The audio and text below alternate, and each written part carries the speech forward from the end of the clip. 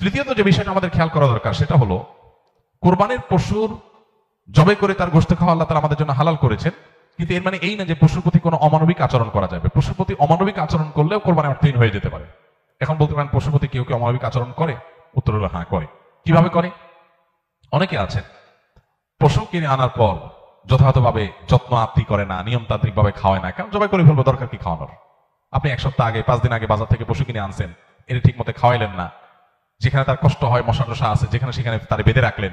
Minimum যত্ন আত্তি যতটুকু দরকার, পশু হলেও তার ভিতরে প্রাণ আছে, সে প্রাণী, সো প্রাণী হিসেবে তাকে যতটুকু যত্ন করা দরকার সেটা না করে জবাই তো করে ফেলবো, দরকার কি আর কেয়ার করা? তাকে আপনি অহেতুক কষ্ট দিলেন, তাহলে এটা আপনার কোরবানিকে অর্থহীন করতে পারে। নবী সাল্লাল্লাহু আলাইহি ওয়াসাল্লাম বলেছেন, ইন্নাল্লাহা কাতাবাল ইহসানা আলা কুল্লি শাই। আল্লাহ প্রত্যেকটা বস্তুর প্রতি ইহসান করা, অনুগ্রহ করাকে আবশ্যক করে দিয়েছেন, ফরজ করে দিয়েছেন। প্রতিটা বস্তুর প্রতি কি করতে হবে?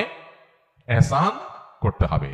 এই ইহসানের মানসিকতা আমাদের যদি না থাকে, তাহলে পশুর প্রতি যদি আপনি ইহসান না করেন, তাহলে আল্লাহর কাছে জবাবদিহি করা লাগতে পারে। আমরা যারা পশু কিনে আনি, নিজেরা জবাই করি, জবাই করার সময় কিছু অমানবিক আচরণ হয়। যেমন দেখা যায় জবাই করার পর কসাইরা বিশেষ করে চাকু দিয়ে গলায় খোঁচায়।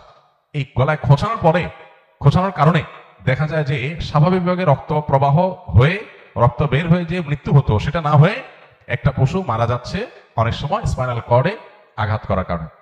এই যে খোঁচাখুচি করে পশু মারলেন, অনেক সময় পশু খাওয়াটা পর্যন্ত হারাম হয়ে যেতে পারে যদি এরকম খোঁচাখুচি হয়। জন্য জবাইয়ের পরে ছেড়ে দিতে হবে, তার প্রাণ বাইর হওয়ার জন্য স্বাভাবিকভাবে। খোঁচাখুচি করা যাবে না চাকু দিয়ে। অনেক সময় দেখা যায় কসাইরা পশুর এখনো পুরো প্রাণ বের হয়নি, এখনো মারা যায় নাই, রক কাটা শুরু করেছে, চামড়া ছেলা শুরু করে দিয়েছে, নাড়াচাড়া এখনো করছে, এটা অমানবিক। তার প্রাণটা বের হওয়ার জন্য অপেক্ষা করতে হবে। নবী সাল্লাল্লাহু আলাইহি ওয়াসাল্লাম পরিষ্কারভাবে বলেছেন, তোমরা চাকু ভালো করে ধার দিবে। কেন?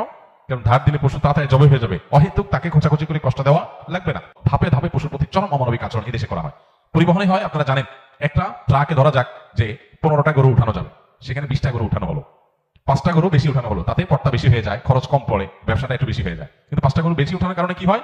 ওই পশু যেগুলোকে উঠানো হয়েছে সেগুলোকে এমন গাদাগাদি করে দাঁড় করানো হয় যে তাদের গায়ে শরীরে রীতিমতো ঘা হয়ে যায়, এবং মাঝখান দিয়ে এমন ভাবে বাঁশ বেঁধে দেওয়া হয় যাতে কোনোভাবে বসতে না পারে।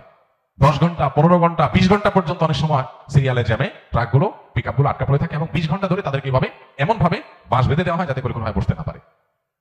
ছাগল দোকানে আপনারা দেখবেন, ঢাকায় যে সমস্ত আপনার ছোট ছোট ছাগল বিক্রির জায়গাগুলো আছে, দোকানগুলো আছে, সেগুলো দেখবেন গলায় রশি বেঁধে এমন ভাবে ঝুলায় রাখা হয় যে হয়তো 1-1.5 ফিট বা আরো কম রশি রাখা হয়, এবং যাতে কোনোভাবে ছাগল বসতে না পারে। কারণ বসলে তো ক্রেতা দেখতে পাবে না, ক্রেতা যাতে সাইজ দেখতে পারে সেজন্য তাকে দাঁড় করিয়ে রাখা হয়। সেই দাঁড় করানোটা কখন থেকে নিয়ে, ওই যে সকাল 7টা বা 6টা ফজরের পর পশুর দোকান খোলে তখন থেকে নিয়ে একদম রাত 8টা 9টা পর্যন্ত, এই পুরো সময় 12 ঘন্টা, 14 ঘন্টা, 16 ঘন্টা আপনি এইভাবে ঝুলে রাখতেছেন একটা জীবন্ত পশুকে। অমানবিক আচরণ।